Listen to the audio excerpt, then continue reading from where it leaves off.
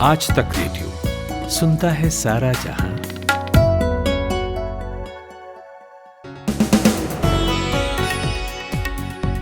ग्यारह जून है आज, दिन शुक्रवार। मेरा नाम नितिन ठाकुर और रोज की तरह आ गया हूं सुबह से लेकर शाम तक की खबरों का लेखा जोखा लेकर।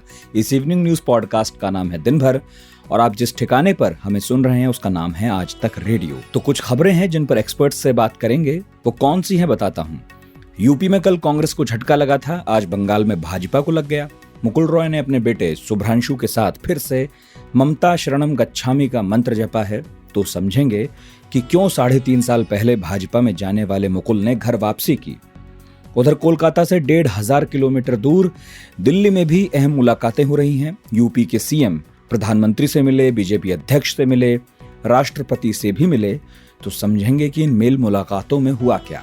एक important report health policy experts ने प्रधानमंत्री को भेजी है, उसमें कई ऐसी बातें हैं जो हमें और आपको जाननी चाहिए, वो बताऊंगा।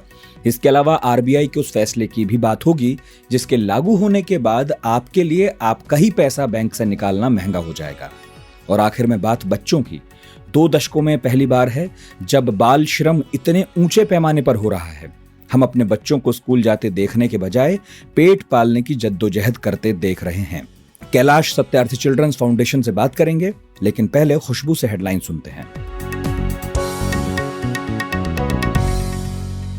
बंगाल में मिली हार और उत्तर प्रदेश में होने वाले चुनाव के मद्देनजर केंद्रीय कैबिनेट में फेरबदल की तैयारी चल रही है। संसद के मॉनसून सत्र से पहले जून के तीसरे या चौथे हफ्ते में केंद्रीय मंत्रिमंडल का विस्तार किया जा सकता है, जिसमें जेडीयू के 3 नेताओं को इस कैबिनेट विस्तार में जगह दी जा सकती है।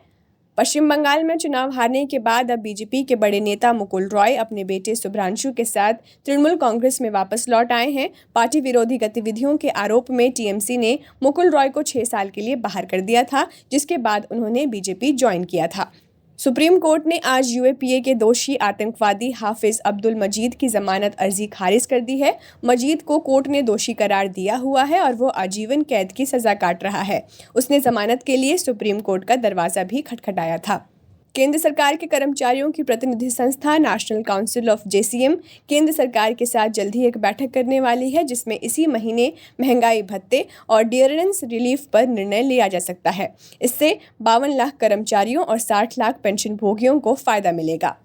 पीएनबी स्कैम के आरोपी मेहुल चोकसी के मामले में उसकी टीम की ओर से ब्रिटेन से मदद की गुहार लगाई गई है। टीम ने चोकसी के एंटीगिया से अपहरण कर डोमिनिका लाए जाने की जांच करने की अपील की है। टीम का कहना है कि एंटीगिया के नागरिक के तौर पर उसे ये अधिकार है, हालांकि डोमिनिका में ये नियम लागू नहीं है।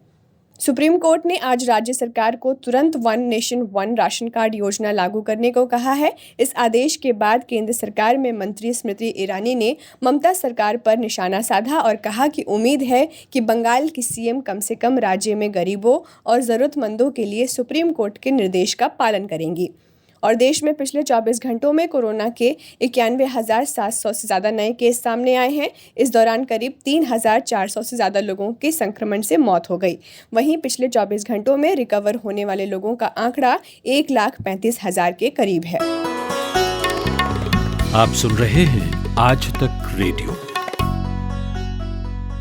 टीवी रेडियो पर क्रिकेट कमेंट्री सुनते हुए अक्सर यही बार बार सुना कि क्रिकेट अनिश्चितताओं का खेल है। पॉडकास्ट का जमाना आ गया है, अब क्रिकेट की अनिश्चितता बरकरार है। एक पल को राजनीति को खेल ना भी कहिए तो इसकी अनिश्चितता से आप इनकार नहीं कर सकते। नजर चूकी कि नजारे बदले। अब देखिए, 3.5 साल पहले मुकुल रॉय टीएमसी छोड़कर गए थे, बीजेपी को पंचायत चुनाव में सफलता दिलाई, लोकसभा में जीत का स्वाद चखाया, विधानसभा का टिकट लेकर भी लड़े, लेकिन आज ममता बनर्जी की शरण में फिर से लौट गए। साथ में उनके बेटे शुभ्रांशु भी थे, जो बीजेपी के टिकट पर विधानसभा लड़कर हारे थे। ममता बनर्जी ने इस मौके पर कहा कि वो अपने घर लौटे हैं। जब एक पत्रकार ने उनसे पूछा कि मैडम ये तो कोई आइडियोलॉजी नहीं हुई, कभी इधर तो कभी उधर, इस पर दीदी उखड़ गईं, बोले कि मुझसे आइडियोलॉजी की बात तो बिल्कुल मत करिए। आप भाजपा के कहने पर यह सवाल पूछ रहे हैं, मैं यहां आपको संतुष्ट करने के लिए नहीं बैठी हूं। मुकुल रॉय अपनी मर्जी से लौटे हैं, ये फैसला लिया जा चुका है कि वो हमारे साथ रहेंगे। भाजपा आमजन की पार्टी नहीं है, वो जमींदारों और एजेंसीज की पार्टी है। तो ये जो मैंने आपको हिंदी में बताया, ममता बनर्जी से उनकी ही आवाज में उनके ही बोल सुनिए। Don't ask me about the ideology. And I told you that BJP will feed you. Some people feed you. The question, we are not. Mukul Roy joined, it is final. And from our side, we welcome, that is final. We are not here to satisfy you. It is his wish. It is his wish, his personal wish. He cannot stay with BJP. BJP is a party. It is not a party for the common people. It is a party for Jamindar. It is a common party. It is a party for feudal landlord. And it is a party for only agency. हमने इस आवाजाही पर बात की कोलकाता में आज तक radio reporter Anupam Mishra से और उनसे पूछा कि मुकुल रॉय ने घर वापसी क्यों चुनी, बीजेपी में क्या नहीं मिला कि वो टीएमसी में लौट आए। देखिए, उन्होंने आज साफ नहीं किया है कि उन्होंने वास्तविक तौर पर क्यों घर वापसी का रास्ता चुना और बीजेपी क्यों छोड़ी, लेकिन उन्होंने जो बात कही है वो ये कि बीजेपी में अब रहा नहीं जा सकता था, रहने लायक स्थिति नहीं थी और न है, इसीलिए उन्होंने घर वापसी का रास्ता चुना है और विस्तृत तौर पर वो एक स्टेटमेंट जारी करेंगे, वो बाद में कहेंगे। लेकिन जहां तक हमारी जो जानकारी है उसके मुताबिक चुनाव खत्म होने के बाद से जब भाजपा हारी तो मुकुल रॉय को उतनी प्राथमिकता बीजेपी ने नहीं दी जितनी शुभेंदु अधिकारी को दी और शुभेंदु अधिकारी को विरोधी दल का नेता भी बनाया। ऐसे में मुकुल रॉय की भूमिका बहुत लिमिटेड रह गई थी बीजेपी में फिलहाल बंगाल के लिए। इन सब बातों की वजह से ही जो प्राथमिकता नहीं मिल रही थी, शुभेंदु को पूरी तरह से कमान सौंप दी गई थी, इन सब बातों के असर से ही मुकुल रॉय ने घर वापसी का रास्ता चुना है। मुकुल रॉय के आने के बाद अब एक बड़ा सवाल ये उठ रहा है कि मुकुल रॉय को क्या जिम्मेदारी दी जाएगी, क्योंकि मुकुल रॉय टीएमसी के फाउंडर मेंबर थे जब टीएमसी शुरू हुई थी। तो ऐसे में और जब उन्होंने छोड़ा तब वो सेकेंड इन कमांड थे, ऐसे में कोई छोटी मोटी भूमिका के लिए तो वो आएंगे नहीं। इस बारे में जब पूछा भी गया तो ममता बनर्जी ने कहा कि उनको एक अहम जिम्मेदारी दी जाएगी, लेकिन उन्होंने इसका खुलासा नहीं किया कि वो अहम जिम्मेदारी क्या होगी। तो अब देखने वाली बात है कि उनको क्या फिर से सेकेंड इन कमांड की जिम्मेदारी दी जाती है, क्योंकि अब सेकेंड इन कमांड के तौर पर अभिषेक बनर्जी में आ गए हैं। तो ऐसे में निश्चित तौर पर सेकेंड इन कमांड की जिम्मेदारी तो उनको नहीं मिलेगी, लेकिन हो सकता है कि अहम जिम्मेदारी सांगठनिक पद पर उनको दी जाए।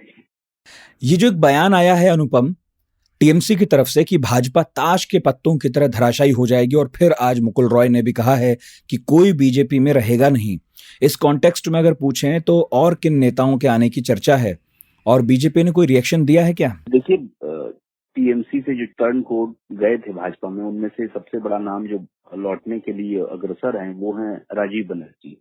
राजीव बनर्जी काफी कोशिश कर रहे हैं। इसके अलावा भी कहें जो कोशिश कर रहे हैं भाजपा छोड़कर टीएमसी आने की, लेकिन इस बार टीएमसी सभी को नहीं देगी। ममता बनर्जी ने साफ ही कर दिया है कि जिन लोगों ने चुनाव के दौरान पार्टी के खिलाफ बहुत ज्यादा आग उगली या बहुत ज्यादा ऐसे बयान दिए जो निम्न कोटि के थे, उनको पार्टी नहीं लेगी। जो भद्र हैं, जो सही इंसान है, उनको ही लेगी। और एक खेमा भी है टीएमसी में जो नहीं चाह रहा है कि जो लोग बीजेपी में गए थे ठीक चुनाव से पहले टीएमसी छोड़कर उनको लिया जाए। तो एक विरोधिता टीएमसी के अंदर में भी हो रही है। और वहीं बीजेपी का जो बयान सामने आ रहा है वो इस मामले को बहुत ज्यादा तूल देने की कोशिश नहीं कर रहे हैं, अंडर प्ले करने की कोशिश कर रहे हैं। चाहे हम स्टेट प्रेसिडेंट दिलीप घोष का ही बात लें, उन्होंने इसको ज्यादा तूल देने की बात नहीं की है। कहा है कि ये उतनी बड़ी बात नहीं है, हमारे लिए दूसरी अभी प्राथमिकताएं हैं। और जो दूसरे नेता हैं वो कह रहे हैं कि ये तो पता चल ही रहा था पिछले कई दिनों के एक्शन से मुकुल रॉय की कि वो वापस जा रहे हैं, लेकिन नुकसान उनके जाने से हमें नहीं होगा। चाहे भले ही बीजेपी कह रही है कि उनको नुकसान नहीं है, लेकिन नेशनल वाइस प्रेसिडेंट का इस तरह से चला जाना, ये एक तो छवि के लिए तो बहुत बड़ा धक्का है ही। मुकुल ने बहुत लोगों को बीजेपी ज्वाइन करवाई थी टीएमसी थे, और टीएमसी से ज्यादातर लोग जो बीजेपी में आए थे उसमें सबसे ज्यादा अगर योगदान किसी का था वो मुकुल रॉय का था, चाहे वो शुभेंदु अधिकारी हो, चाहे राजीव बनर्जी हो या दूसरे नेता हो, शीलभद्र वगैरह हो। तो मुकुल के वापस टीएमसी में आने के बाद बहुत संभावनाएं बढ़ गई हैं कि और भी कई नेता टीएमसी में पांव बढ़ाने के लिए तैयार हैं। ऐसे में बीजेपी को बहुत कोशिश करनी होगी, जो जा रहे हैं उनको कैसे रोका जाए। तो अब देखते हैं कितने आते हैं कितने जाते हैं। कोलकाता में सियासी पारा चढ़ा हुआ था तो दिल्ली की गर्मी भी कम मत समझिए। यहां यूपी के सीएम ने मुलाकातों की झड़ी लगा रखी है। वो प्रधानमंत्री मोदी से मिले, बीजेपी अध्यक्ष जेपी नड्डा से मिले और राष्ट्रपति रामनाथ कोविंद से भी मिले। चर्चा तो यही है कि चुनाव से पहले संगठन और सरकार में बदलाव को लेकर वो सलाह मशवरा करने दिल्ली आए थे। बाकी इन मुलाकातों पर नजर रखे हुए थे आज तक रेडियो रिपोर्टर हिमांशु मिश्रा। उनसे हमने पूछा कि इन बैठकों में क्या बात खास तौर से निकल कर आई।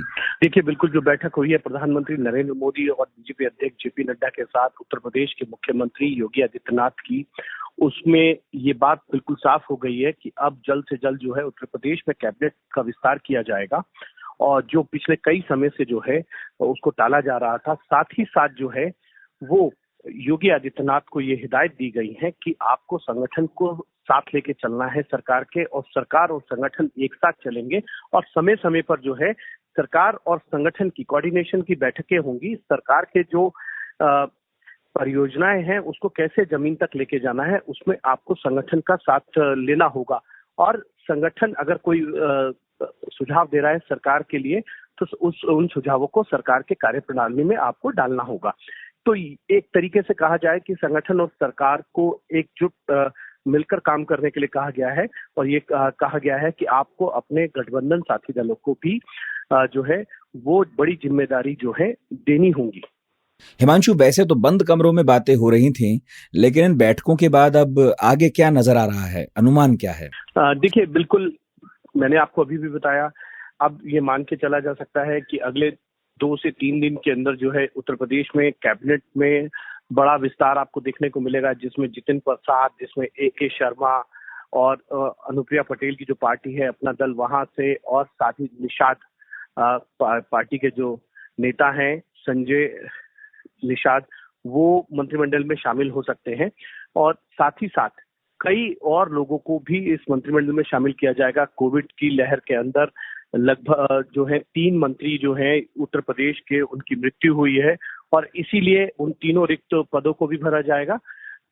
साथ ही साथ ये जरूर है कि अब जो बीजेपी आएगी वो चुनाव के मिशन मूड पर आएगी, काम करती नजर आएगी और पूरे उत्तर प्रदेश में योगी के चेहरे को लेकर जो है बीजेपी आगे बढ़ेगी और संगठन उसके साथ जो है पीछे से उनके लिए काम करेगा और संघ भी उसमें लगेगा। लेकिन बड़ी बात यह है कि क्या संगठन और सरकार के बीच में खाई थी उसको पाट दिया गया है या अभी भी कुछ दूरियां रह गई हैं, वो देखने वाली बात होगी। लेकिन इतना तय है कि बीजेपी की तरफ से साफ निर्देश दे दिए गए हैं योगी आदित्यनाथ को कि आप जो है संगठन और सरकार साथ लेके चलेंगे, क्योंकि चुनाव में जब जाते हैं तो संगठन की एक बहुत महत्वपूर्ण भूमिका होती है और आपको अपने नाराज विधायकों, सांसदों, नेताओं से भी बात करनी होगी, उनकी नाराजगी को दूर करना होगा। पिछले 4 सालों में ऐसे बहुत से मौके आए हैं जब विधायकों और सांसदों ने और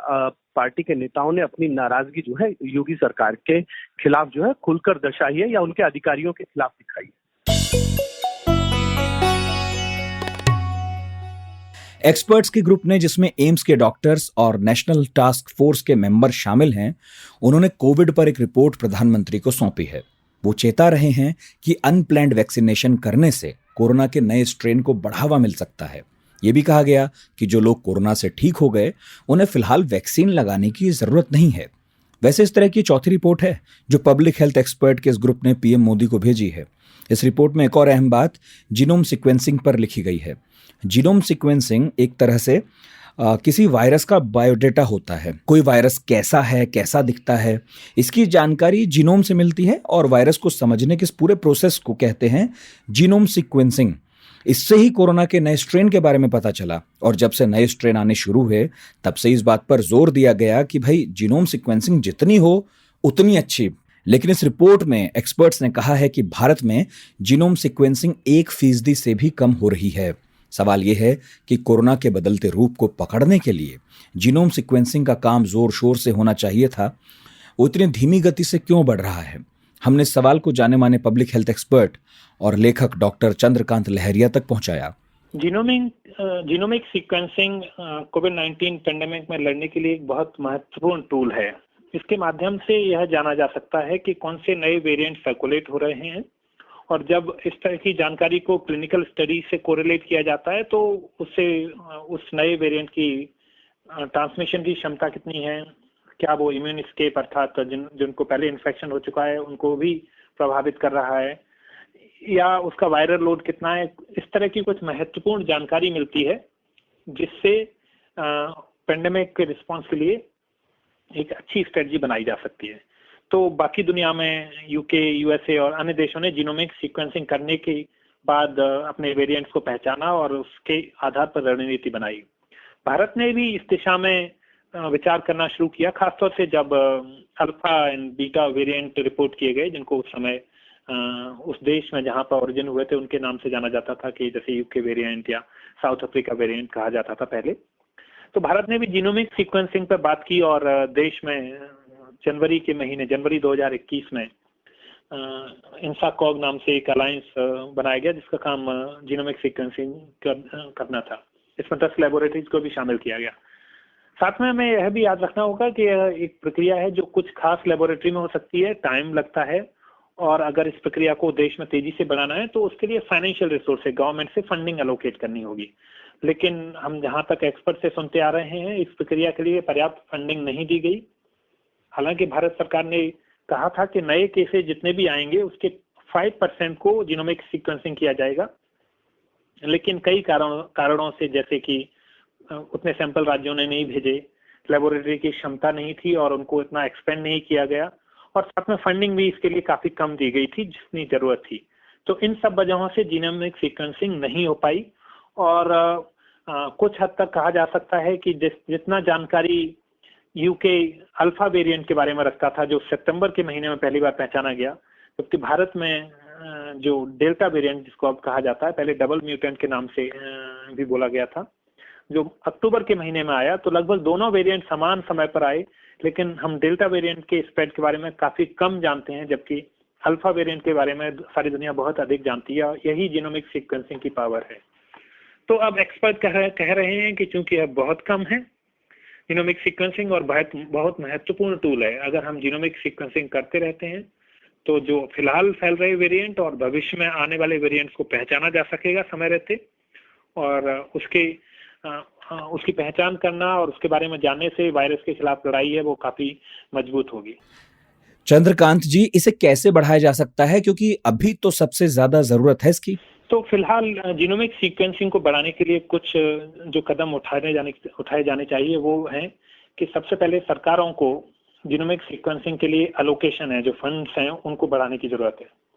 दूसरा कदम है कि जितनी अभी फिलहाल 10 लेबोरेटरीज हैं, कुछ और लेबोरेटरीज को बढ़ाने की बात हो रही है, लेकिन मेरी राय में हर राज्य में कम से कम एक लेबोरेटरी जो जीनोमिक सीक्वेंसिंग करती है होनी चाहिए, और कुछ जिलों स्तर पर भी ये लेबोरेटरी होनी चाहिए। मेडिकल कॉलेजेस को सुदृढ़ करने की जरूरत है। तीसरी बात है, यह निहायत जरूरी है कि इसके महत्व को समझा जाए, उस डेटा को टाइमली एनालाइज किया जाए, जिससे वो जो भी वेरिएंट्स आ रहे हैं उनको पकड़ा जा सके। चौथी बात है कि इन जीनोमिक वेरिएंट के बारे में जो जानकारी आ रही है उनको वैक्सीन की इफेक्टिवनेस, इम्यून एस्केप और अन्य क्लिनिकल स्टडीज से लिंक किया जाए, जिससे वैज्ञानिक और पब्लिक हेल्थ एक्सपर्ट उसका सही मीनिंग निकाल सकें कि क्या हो रहा है। और पांचवी बात, जो भी जानकारी आए समय के साथ समय पर आए और उसको तुरंत जो पेंडेमिक रिस्पांस के लिए पब्लिक हेल्थ स्ट्रेटजी है उसमें शामिल किया जाए। अच्छा, रिपोर्ट में यह भी कहा गया कि अनप्लैन्ड वैक्सीनेशन म्यूटेंट स्ट्रेन को प्रमोट करेगा, साथ ही सिर्फ वल्नरेबल ग्रुप्स को वैक्सीनेट करने की बात भी है इसमें। आपका क्या कहना है? मुझे जानकारी नहीं है कि किस आधार पर इस समूह ने यह इंस्ट्रक्शन दिए हैं या रिकमेंडेशन दिए हैं। जहां तक हम जानते हैं कि वैक्सीन की कोविड-19 पेंडेमिक में एक महत्वपूर्ण भूमिका है। जितने अधिक लोगों को वैक्सीन लगेगी उतने अधिक व्यक्ति प्रोटेक्टेड होंगे और उससे वायरस का ट्रांसमिशन रुकेगा। साथ में हम यह भी जानते हैं कि भले ही व्यक्ति को पहले इन्फेक्शन हो चुका हो, लेकिन जो वैज्ञानिक रिसर्च हैं वो बताती हैं कि 6 से 9 महीने के अंतराल पर, इन्फेक्शन के इतने अंतराल बाद व्यक्ति को प्रोटेक्शन काफी हद तक घट जाता है। इसलिए जो व्यक्तियों को इन्फेक्शन हो चुका है उनको भी वैक्सीनेशन की जरूरत है। तो फिलहाल हम इस बारे में कई नई जानकारियां आ रही हैं और जो एक्सपर्ट ग्रुप ने कहा है उस बात से मैं पूरी तरह सहमत नहीं हूं कि ऐसा हो सकता है। अभी हमें इस क्षेत्र में और जानकारी कलेक्ट करने की जरूरत है, एविडेंस को और समझने की जरूरत है, और एक ऐसी चीजें हैं जो बिल्कुल डायनेमिक होती हैं जिससे वो एविडेंस और पॉलिसी निर्धारित होती हैं।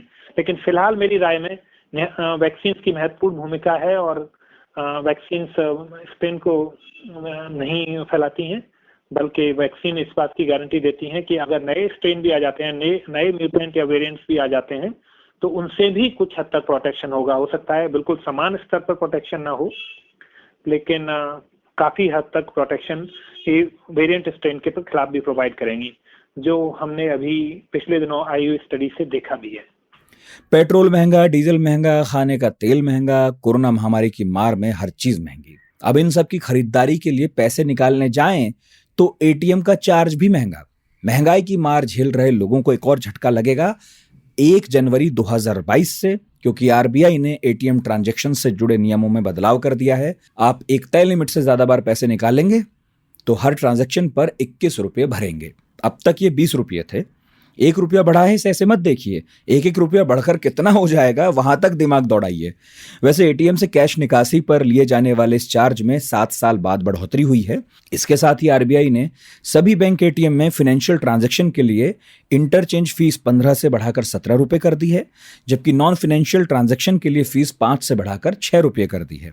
अब ये बढ़ोतरी क्यों हुई, आरबीआई का इस पर क्या कहना है, ये हमने जाना इंडिया टुडे हिंदी मैगजीन के एसोसिएट एडिटर और फाइनेंशियल खबरों पर नजर रखने वाले शुभम शंकधर से। ये बढ़ोतरी क्यों की गई, पहले ये समझना ज़रूरी है कि ये आखिरी बढ़ोतरी कब हुई थी। पहले ये समझना ज़रूरी है कि ये आखिरी बढ़ोतरी जो हुई थी वो अगस्त 2012 में जो इंटरचेंजेस चार्जेस होते हैं एटीएम के ट्रांजैक्शन को, वो अगस्त 2012 में चेंज किए गए थे, जबकि कस्टमर के एंड पर ये जो आखिरी रिवीजन हुआ था वो 2014 अगस्त में हुआ था। अगस्त 2014 के बाद किसी भी तरीके का कोई ट्रांजैक्शन फीस नहीं बढ़ाई गई थी। ये गैप था 6-7 साल का, जब जो ट्रांजैक्शंस के चार्ज थे वो बिल्कुल फिक्स थे। अब बात ये आती है कि ये चार्जेस बढ़ाए क्यों गए। ये चार्जेस बढ़ाने के पीछे जो बड़ी वजह थी वो ये थी कि सरकार ने एक कमेटी बनाई थी और इस कमेटी की जो सिफारिशें थी वो ये थी, उन्होंने पॉपुलेशन को एक मैट्रिक्स लिया। उस मैट्रिक्स के आधार पर उन्होंने ये देखा, जाना, समझा कि एटीएम की जो को मेंटेन करने की जो मेंटेनेंस कॉस्ट है उसको पूरा करने के लिए दूसरा जो इंटरचेंज चार्ज है, इंटरचेंज चार्ज को पहले हमें समझना होगा कि मान लीजिए कि एक बैंक है जिसका आपके पास एटीएम है और आप किसी दूसरे नेटवर्क के एटीएम पे अगर वो यूज़ कर रहे हैं, तो जो इशू करने वाला, कार्ड इशू करने वाला बैंक है उसको दूसरे बैंक को एक चार्ज देना होता है, क्योंकि उन्होंने एक तरह से अपने बैंक के कस्टमर को एंटरटेन कराया है दूसरे नेटवर्क से।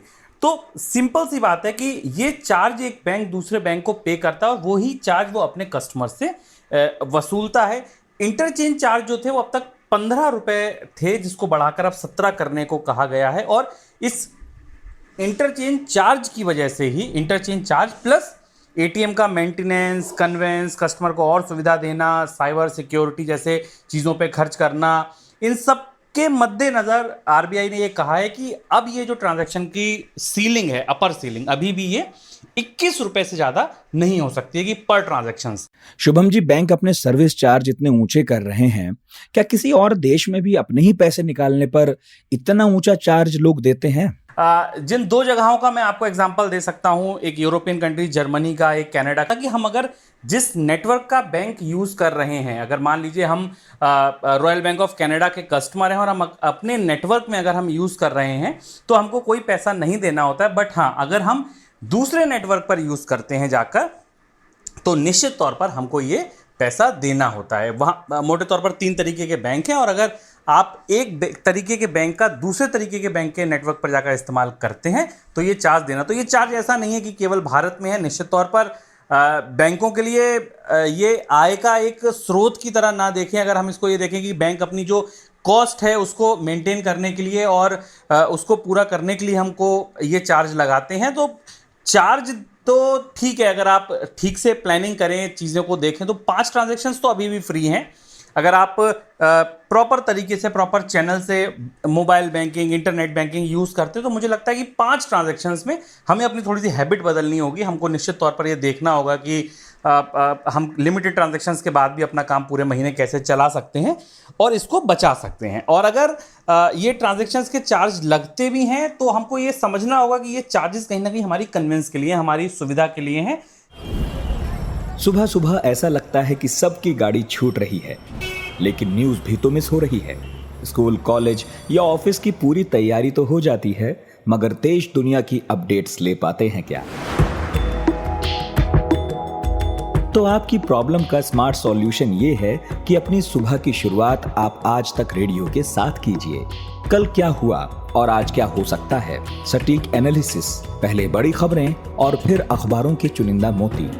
ये है सुबह का खबरनामा, आज का दिन, मेरे यानी नितिन ठाकुर के साथ।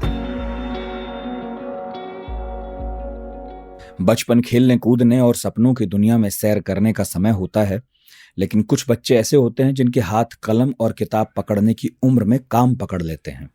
मजबूरी है उनकी, लेकिन सवाल तो सभ्य समाज के सामने है कि जिन्हें स्कूल में होना चाहिए था, वो अपना बचपन रोजी रोटी कमाने में क्यों खपा रहे हैं। बाल श्रम को खत्म करने के लिए इंटरनेशनल लेबर ऑर्गेनाइजेशन ने साल 2022 में विश्व बाल श्रम निषेध दिवस मनाने की शुरुआत की थी। तब से हर साल 12 जून को मनाया जाता है। कल 12 जून ही है। इससे पहले अंतर्राष्ट्रीय श्रम संगठन और यूनिसेफ की एक नई रिपोर्ट आई है। इसमें निराश करने वाली कई बातें हैं। इसके हिसाब से दुनिया भर में बाल मजदूरों की संख्या बढ़कर 16 करोड़ हो गई है। 5 से 11 साल की उम्र के बाल श्रमिकों की संख्या में जितनी बढ़ोतरी हुई उतनी 20 साल में पहली बार देखने को मिली है। अब सवाल कई हैं, तो हमने ये पूछा कैलाश सत्यार्थी चिल्ड्रन फाउंडेशन के एग्जीक्यूटिव डायरेक्टर राकेश सेंगर से।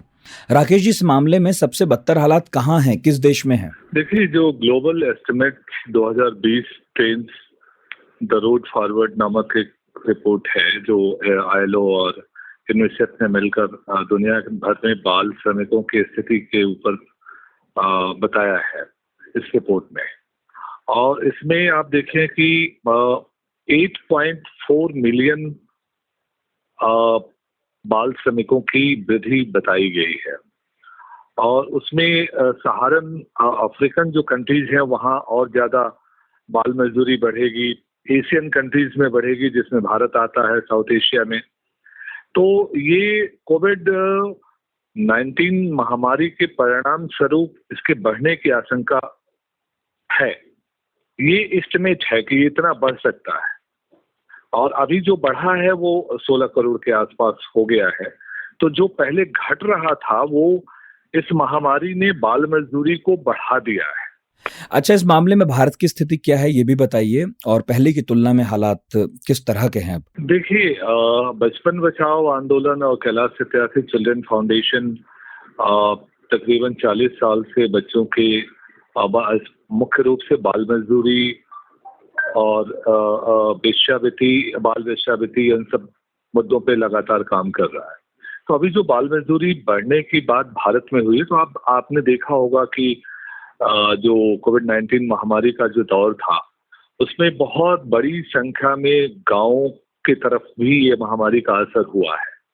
और उसकी वजह से बहुत ऐसे माँ बाप हैं बच्चों के जिनकी रोजी रोटी भी छिनी है, उनके हॉस्पिटलाइज हुए तो उनकी दवा पे जो खर्च आया, तो ये इसकी वजह से जो है। और आप देखें कि जिस देश में इस तरह की महामारी का असर होता है, या अभी आप पश्चिम बंगाल में या दक्षिण के जो राज्य हैं वहां पे आपने देखा साइक्लोन और इस तरह की यास जैसी स्थिति पैदा होती है, तो वहां बाल मजदूरी और जो चाइल्ड ट्रैफिकिंग है वो बढ़ने की संभावनाएं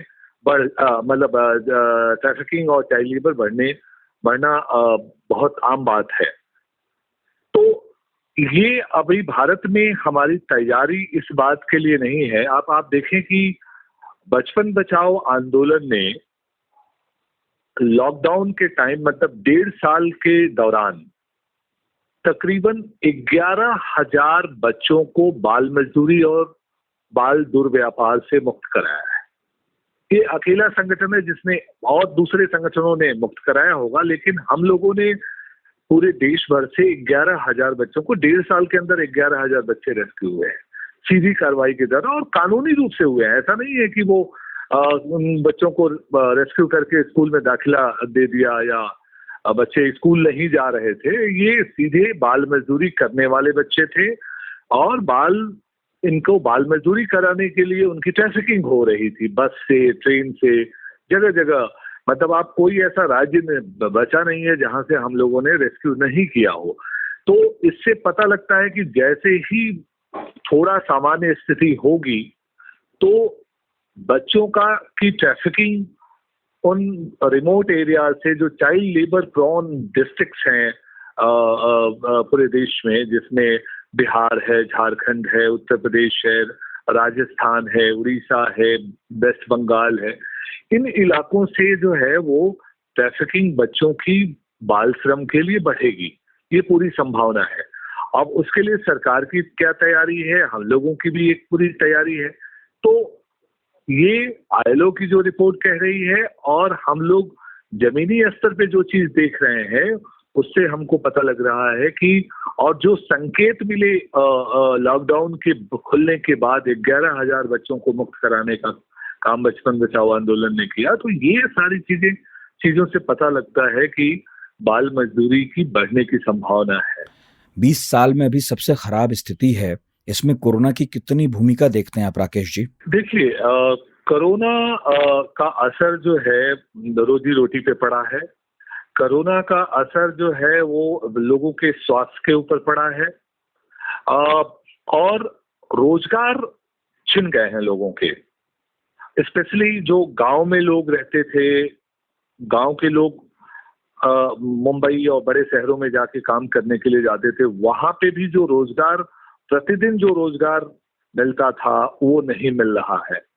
तो रोजी रोटी जहां कम होगी वहां पे बच्चे सस्ते मजदूर होते हैं, तो उसके एवज में माँ बाप की मजबूरी होती है या जो ट्रैफिकर उनको लालच देता है, उनको बहला फुसलाकर उन बच्चों को शहरों में ले जाता है और सस्ते मजदूर के रूप में बच्चे आते हैं।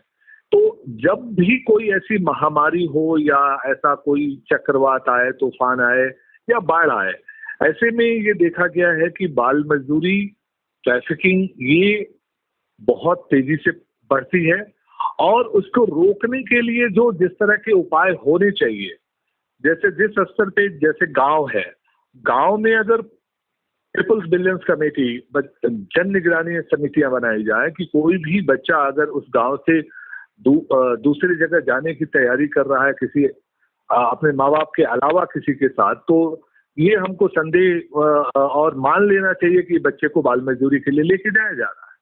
तो अभी हम लोग देख रहे हैं कि दिल्ली से जो फैक्ट्रियों में, कारखानों में, हाउस होल्ड डोमेस्टिक लेबर के रूप में जो लोग काम करते हैं, उनको लाने के लिए दिल्ली से, मुंबई से, यहाँ तक कि गुजरात से बसें बिहार आ रही हैं, झारखंड आ रही हैं।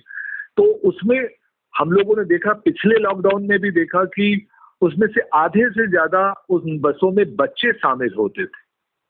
तो बड़े लोग भी जा रहे हैं लेकिन उनके साथ बच्चे भी बाल मजदूरी करने के लिए जा रहे हैं। तो इन सारी जो परिस्थितियां बनी है उसमें बाल दुर्व्यापार और बाल मजदूरी के साथ साथ और भी जैसे बाल वेश्यावृत्ति बढ़ेगी, तो ये सारी चीजें जो है वो बढ़ने की पूरी संभावना है। और इसके लिए हम सबको, आज आदरणीय कैलाश सत्यार्थी जी ने कहा है कि हम सबको जो है इसके लिए पूरी तैयारी करनी चाहिए कि चाहे वो और अभी भी ये कहा जा रहा है कि अभी तीसरी वेव आने वाली है जिसमें सबसे ज्यादा बच्चे प्रभावित होंगे, तो उसकी भी संभावना है। तो सरकार को और समाज को मिलके जो है इसकी तैयारी करनी होगी। उम्मीद है कि सूरत बदलेगी, बदलनी भी चाहिए। फिलहाल वक्त है विदा लेने का। आप कुछ कहना सुनना चाहें तो मेल कर दीजिएगा radio@aajtak.com पर।